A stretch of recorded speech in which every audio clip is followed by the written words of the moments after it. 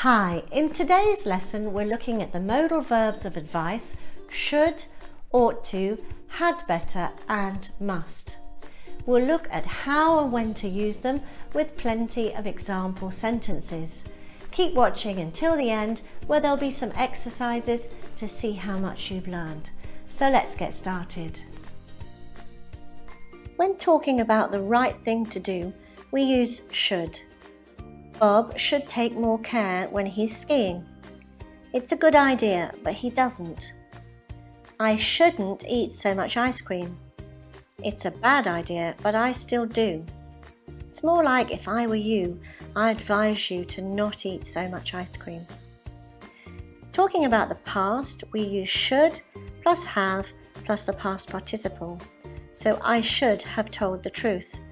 It was a good idea, but I didn't do it. We shouldn't have bought the expensive car. It was a bad idea, but we still did it. You can also use ought to in these sentences. Ought to means nearly the same as should, but it's more formal and less common. So you could say, we ought to go home. We oughtn't eat sugar, but it's very tasty. So let's look at a line of advice with the strong advice on the left-hand side and the less strong on the right-hand side. So we have must on the far left-hand side. This is the strongest advice you can give. Followed by had better. Again, this is strong advice. If you don't do something, there'll be a negative consequence. Ought to and should is more neutral advice, and could is less strong advice, more of a possibility.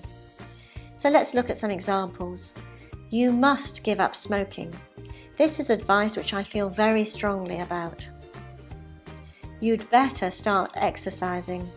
Again, this is reasonably strong advice, otherwise you may regret it.